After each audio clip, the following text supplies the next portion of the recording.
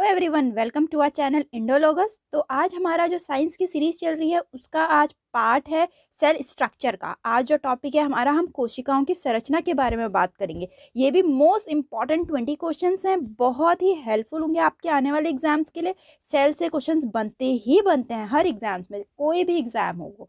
ठीक है, तो चलिए ज़्यादा समय ना लेते हुए वीडियो स्टार्ट करते हैं।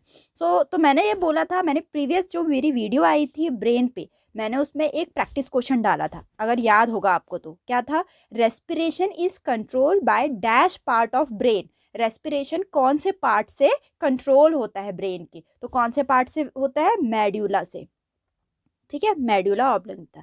तो आप लोग भी खुद प्रैक्टिस करा करिए। मैं प्रैक्टिस क्वेश्चन एक डाल रही हूँ, आप लोग भी लास्ट में एक बार पढ़ा कीजिए पूरा ध्यान से और मुझे जवाब जरूर दीजिएगा। मैं नेक्स्ट वीडियो में उसका आंसर बताऊंगी। ठीक है, तो ये तो ब्रेन वाले का था। अब सेल में भी मैंने एक डाला हुआ है प्रैक्टिस क्वेश्चन, वो मैं नेक्स्ट वीडियो में बताऊंगी। चलिए पहले तो स्टार्ट कर लेते हैं, क्या है क्या नहीं है सेल। ठीक है, so the first one is, what is the name of group of similar cell performing a specific function. एक विशेष कार्य करने वाली समान कोशिकाओं के समूह का नाम क्या होता है? तो इसका नाम होता है टिश्यू। ठीक है, तो टिश्यू बोलते हैं उसको। और फिर जब मल्टीपल टिश्यूज एक साथ ग्रुपिंग करते हैं उसको बोलते हैं ऑर्गन्स। ठीक, तो एक विशिष्ट कार्य करने वाली समान कोशिकाओं के समूह को तो पहले टिश्यू बोलते हैं, और जो टिश्यूज बहुत ग्रुपिंग करती हैं तो उसको ऑर्गन्स बोलते हैं। ठीक, so the next one is, which of the following are longest cell of human body. निम्नलिखित में से कौन मानव शरीर की सबसे लंबी कोशिका है? तो सबसे लंबी कोशिका कौन है? अपनी नर्व सेल है। ठीक है, नर्व सेल है। अब ये क्या करती है? These are the cell within the nervous system. ये अपने नर्वस सिस्टम पे होती हैं, नर्वस सिस्टम के अंदर होती है और मैसेजेस ले जाती हैं ये बॉडी के पार्ट्स में। ठीक है, carry messages through out the body. ठीक, इसकी लेंथ कितनी होती है वो मैं बता देती हूँ। 90 सेंटीमीटर से 100 सेंटीमीटर के बीच में होती है।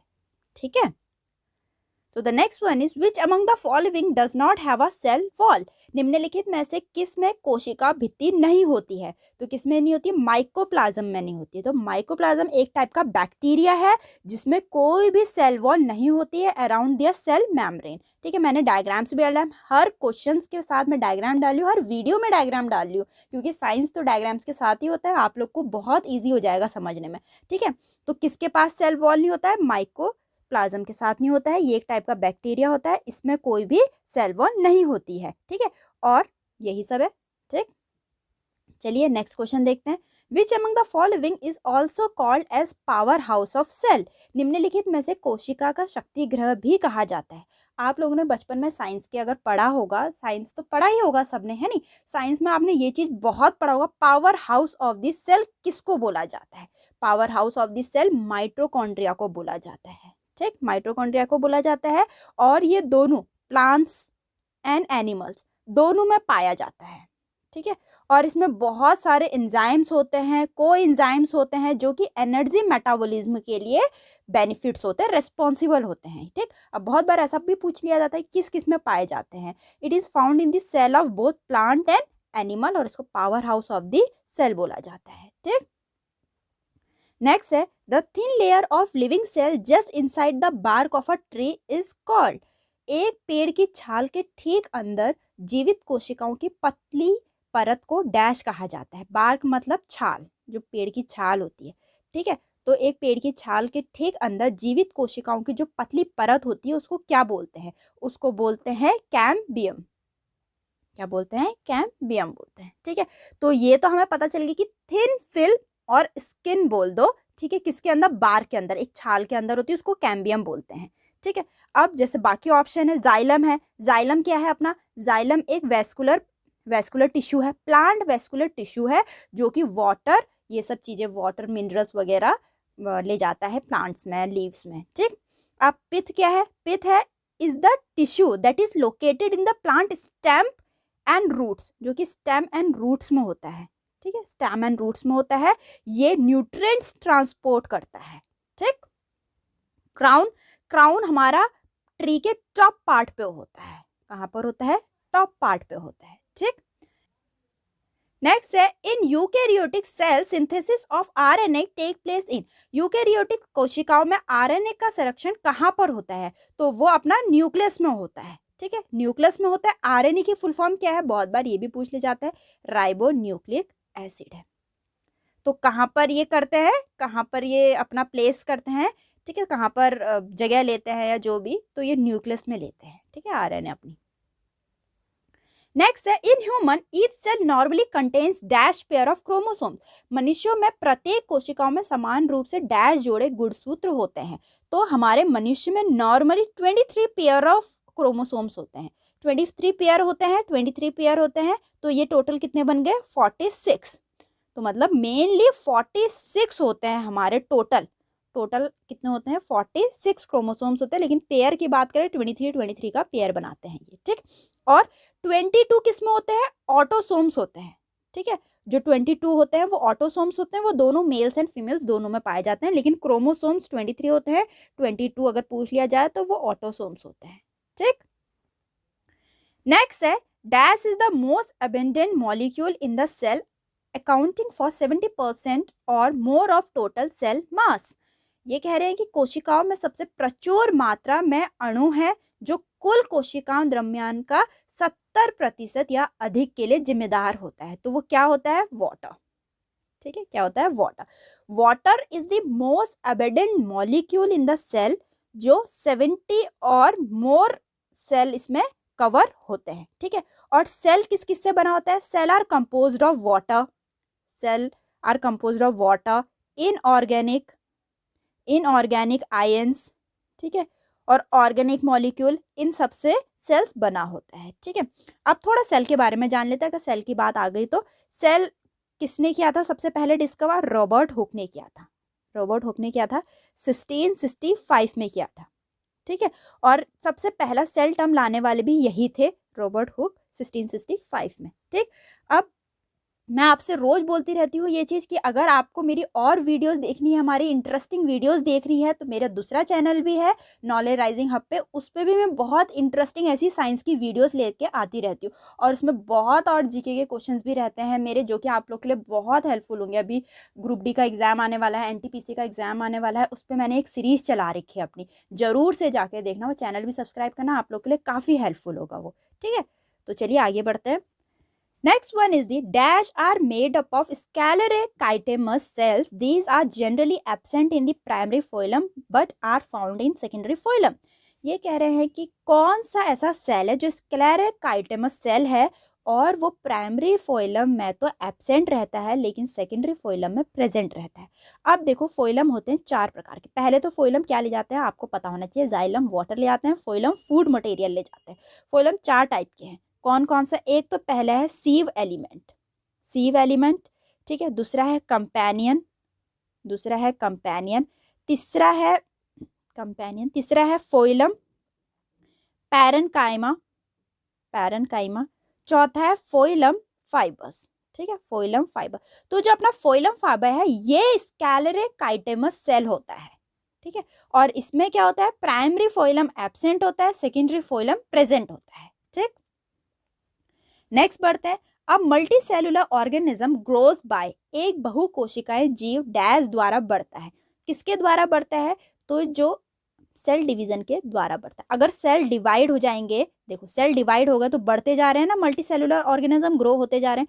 Multi cellular organism use cell division for growth and maintenance and repair of cell and tissues. जो कि अपने मल्टी सेलुलर ऑर्गेनिज्म होते हैं वो सेल डिवीजन का यूज करते हैं ग्रोथ के लिए और मेंटेनेंस के लिए, सेल और टिश्यूज के मेंटेनेंस के लिए। अब मल्टी सेलुलर ऑर्गेनिज्म कौन कौन होते हैं, जैसे ह्यूमन बींग्स हो गए, प्लांट्स हो गए, एनिमल्स हो गए, बर्ड्स हो गए, इंसेक्ट्स हो गए, ठीक। अब सेल डिवीजन क्या प्रोसेस होती है, सेल डिवीजन वो प्रोसेस होती है जिसमें कि जो पेरेंट सेल है, जो अपना पेरेंट सेल है वो डिवाइड हो जाता है 2 या अधिक में। अब जैसे हमारे पेरेंट हैं, ठीक है, हमारे पेरेंट्स हैं, उनके भी तो 2-3 बच्चे होते हैं, तो वो सेल डिवाइड हो रहे हैं ना उनके 2-3 में, वही मल्टी सेलुलर ऑर्गेनिज्म होता है। इसीलिए multicellular organism cell division का यूज करता है ग्रो करने के लिए, अपनी आगे की पीढ़ी को ग्रो करने के लिए, ठीक है। और सेल डिवीजन भी, जो सेल डिवीजन है 2 टाइप के होते हैं, मिटोसिस एंड मियोसिस। बाकी डिटेल में आपको बताएंगे आराम से, अभी सिर्फ इतना ही जान लीजिए कि 2 टाइप के होते हैं, मिटोसिस एंड मायोसिस, ठीक। ये होता है सेल डिवीजन। नेक्स्ट है animal in which the cell are arranged into embryonic layer are called. जंतु जिसमें कोशिकाओं दो भ्रूणीय परतों में व्यवस्थित होती है डैश कहलाई जाती है, तो वो क्या कहलाई जाती है? डिप्लोब्लास्टिक कहलाई जाती है, डिप्लोब्लास्टिक कहलाई जाती है। ठीक है, अब डिप्लोब्लास्टिक तो कहलाई जाती है। इसके डिप्लोब्लास्टिक एनिमल्स मैं बताती हूँ कौन कौन से होते हैं, जैसे जेलीफिश हो गई, कॉरल्स, सी एनिमोन, मोस्टली जो वाटर में पाए जाते हैं वो एनिमल कहलाए जाते हैं। ठीक, नेक्स्ट हो गया how does a unicellular organism reproduce. एक कोशिकाएं जीव कैसे प्रजनन होती हैं? सेल डिवीजन से। अभी मैंने सेल डिवीजन अभी पहले मैंने बताया ना 10th क्वेश्चन में डिटेल में समझा रखा है, वहां जाके देखो सेल डिवीजन होता है क्या है, कितने टाइप के होते हैं। ठीक है, नेक्स्ट है in which part of the cell does the pyruvic acid is broken down into carbon dioxide, water and energy. कोशिकाओं के किस भाग में पायूरिक अम्ल, कार्बन डाइऑक्साइड, पानी और ऊर्जा में टूट जाता है? तो किस में टूट जाता है? माइटोकॉन्ड्रिया में टूट जाता है। ठीक है, और माइटोकॉन्ड्रिया को और क्या बोलते हैं? अभी मैंने बताया था power house of a cell भी बोलते हैं, power house of a cell भी बोलते हैं। ठीक, नेक्स्ट है what is the plant cell wall mainly composed of. पादप कोशिकाओं भित्ति मुख्य रूप से किससे बनी होती है? सेल्यूलोज से बनी होती है। ठीक है, नेक्स्ट है विच सेल इन पैनक्रियाज प्रोड्यूस इंसुलिन। जो अपना पैनक्रियाज है, पैनक्रियाज में कौन सी कोशिकाएं इंसुलिन का उत्पादन करती है? तो कौन करती है? लैंगरेस, आइलेट्स ऑफ लैंगरेस। ठीक, मैंने अपनी डाइजेस्टिव सिस्टम की अभी एक वीडियो आई थी, प्रीवियस वीडियो आई थी, अगर आपने नहीं देखी तो जाके देखो, मैं लिंक डिस्क्रिप्शन में दे दूंगी या आई बटन में दे दूंगी। तो डाइजेस्टिव सिस्टम में मैंने पूरा डिटेल में बता रखा पैनक्रियाज, इंसुलिन, इन सब के बारे में। ठीक, नेक्स्ट है dash are called suicidal bags of cell. कोशिकाओं के सुसाइडल बैग किसको बोला जाता है? लाइजोसोम्स को suicidal bag of this cell बोला जाता है। So the next one is during fertilisation in living beings fusion of male and female gametes take place to form a cell called.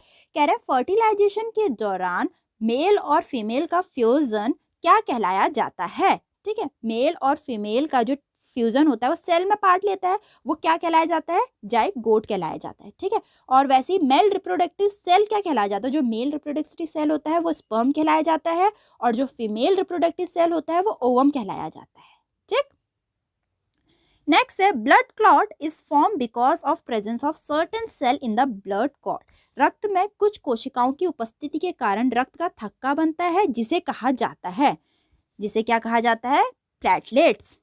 ठीक है, आपको पता है प्लेटलेट जो होता है अपने खून से ही रिलेटेड होता है, रक्त से रिलेटेड होता है, तो रक्त में जो कोशिकाओं उपस्थिति के कारण रक्त का थक्का बन जाता है वो प्लेटलेट्स ही कहलाया जाता है। नेक्स्ट है which liquid is contain inside the nucleus of cell. कोशिकाओं के केंद्र के अंदर कौन सा द्रव होता है? तो कौन सा द्रव होता है न्यूक्लियस ऑफ द सेल के अंदर? न्यूक्लियोप्लाज्म होता है। नेक्स्ट है which of the following cell organ is present only in plant cell. निम्नलिखित में कौन कोशिका अंग केवल पादप कोशिकाओं में मौजूद होता है? वो है प्लास्टिड्स। ठीक है, प्लास्टिड्स होता है। अब plastids are the cell organelle found in plant cell. जो प्लास्टिड होता है वो सिर्फ प्लांट सेल में पाया जाता है। ठीक है, थोड़ा अब और बता देती हूँ मैं कि 3 टाइप के प्लास्टिड्स होते हैं, जैसे क्लोरोप्लास्ट होता है, ठीक है, जो कि क्लोरोफिल कंटेन करता है। फिर होता है क्रोमोप्लास्ट, ये कैरोटीनॉइड कंटेन करता है। ठीक है, फिर होता है ल्यूकोप्लास्ट, ये कलरलेस प्लास्टिड कंटेन करता है। 3 टाइप के प्लांट होते हैं। ठीक है, तो ये तो मैंने डिटेल में सेल के बारे में आपको बता दिया। मोस्ट इंपॉर्टेंट 20 क्वेश्चन थे। ऐसे ही वीडियो हम हमारे दूसरे चैनल में भी लेकर आते रहते हैं, नॉलेज राइजिंग हब में भी। ठीक है, आपको दोनों वीडियोस बहुत ही अच्छी लगेंगी, दोनों में आपको बहुत हेल्पफुल होगा, उसमें भी आपको बहुत हेल्पफुल मिलेगी सारी वीडियोस। ठीक है, यहाँ भी आपको बहुत, मैं साइंस में बहुत आपको मेहनत करा दूंगी, इतने अच्छे से रटा दूंगी कि आपको बिल्कुल याद हो जाए सारी चीज़ें। सो अब एक प्रैक्टिस क्वेश्चन है, आपको पता है हर क्लास में लास्ट में एक प्रैक्टिस क्वेश्चन रहता ही है, जिसका जवाब मैं नेक्स्ट वीडियो में देती हूँ। ठीक है, तो क्वेश्चन है हु डिस्कवर सेल इन 1665। 1665 में कोशिका की खोज किसने की थी? तो किसने की थी वो मैंने बता रखा आपको डिटेल में। अगर आपने पूरी वीडियो देखी होगी तो आप इसका जवाब दे देंगे। इसका जवाब मुझे कमेंट में देना, जरूर देना, बिल्कुल से देना, और मैं इसका आंसर आपको नेक्स्ट वीडियो में बताऊंगी। ठीक है, तो चलिए मिलते हैं अपनी नेक्स्ट क्लास में।